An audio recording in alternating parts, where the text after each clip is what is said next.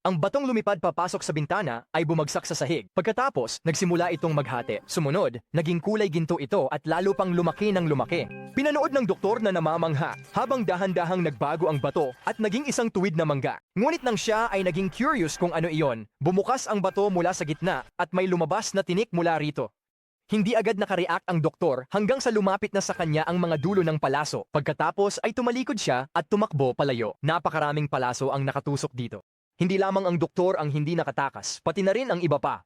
Lahat sila ay nawalan ng malay. May isang doktor na napansin ang kakaiba at nagtago sa loob ng cabinet, ngunit natuklasan pa rin siya ng mga galamay. Sa sandaling iyon, may batang babae na nakakita na ang mga galamay ay kinokontrol ang lahat ng tao sa ospital. Tumakbo rin siya palayo, ngunit tila hindi siya sinasaktan ng mga galamay. Pagkatapos, napansin ng batang babae na may isang lalaking lumitaw doon at tinangkang hulihin siya, kaya tumakbo siya palayo. Ang mga palaso ay hinugot mula sa mga tao at dahan-dahang binawi ng bato ang mga palaso nito at bumalik sa dati nitong maliit na itim na bato.